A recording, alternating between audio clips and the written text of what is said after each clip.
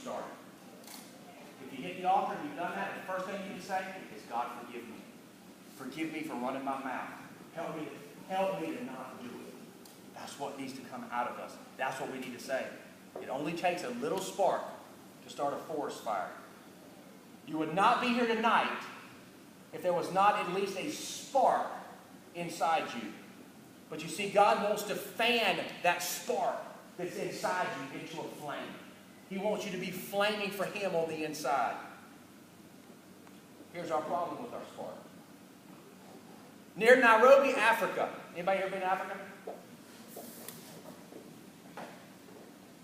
They have captured monkeys there for the zoos in the United States.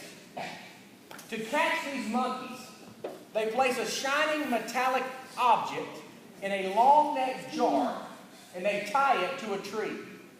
As monkeys swing through the trees, their eyes catch the reflection of the sun that's shining on the object. Reaching their hand into the jar poses no problem to them, just like when Kara put her hand in the jar. But when they try to bring their closed fist back out of the jar with the shiny object in their hand, they can't make it. To gain freedom, all the monkeys have to do is let go of the object that's in their hand, pull their hand back out of the jar. The worthless object that's shining in the jar, I might add. Instead, the monkeys sit by the jar, holding onto the object until their captors come and take them away. Perhaps there's something in your hands that is keeping you from freedom. Perhaps there's something in your life that you need to turn loose of and pull your hand out and let God fan the flame that's on the inside of you. You see, the Bible tells us we need to let go of things that weight and pull us down. A simple thing is letting go and pulling his hand out. But they want that shiny object. Everything that glitters isn't gold. You may see her come strolling in over there and think, man,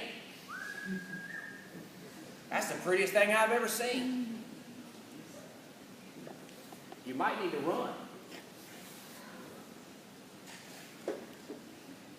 As they say, beauty's only skin deep. It don't matter what something looks like on the outside. It matters what's on the inside. Now, there's things in our life that we reach in a hand in a jar, and we grab a hold of it, and we can't get it out, and it's got a hold of us. And because it's got a hold of us, we're stuck in a place where the fan cannot be flamed inside of us. That spark just stays a spark. Because we've got something that we won't turn loose of in our life. And God says, let go of whatever it is. Pull your hand out and follow me. You're going to follow God with a mason jar dragging behind your hand? That'd be cool. Hey, what's up, guys? What's that? Don't worry about it. It's part of my life. I don't want to let it go.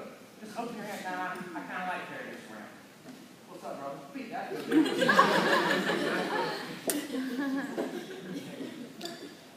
What do you think? Put your hand there. Put your thumb like that.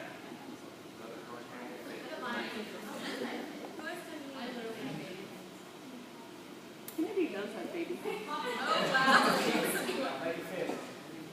Make a fist.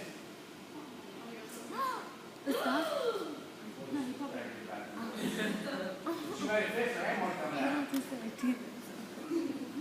You know what some of you look like to God tonight? You look like this. You're walking around carrying this big old long-necked bottle jar by your arm. You're like, if they just open their hand and let it go. But we're carrying something around and we don't even realize what we're carrying around. We can never catch fire until we let go of what's holding us back.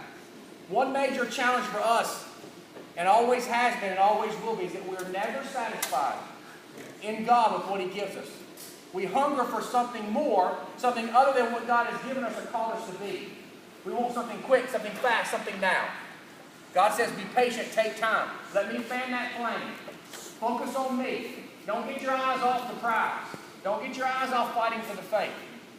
When we got our hands stuck in a jar, we won't turn loose of something. We've got one hand tied up. It's kind of hard to carry the cross of Jesus Christ when our hands have grabbed a hold of something else.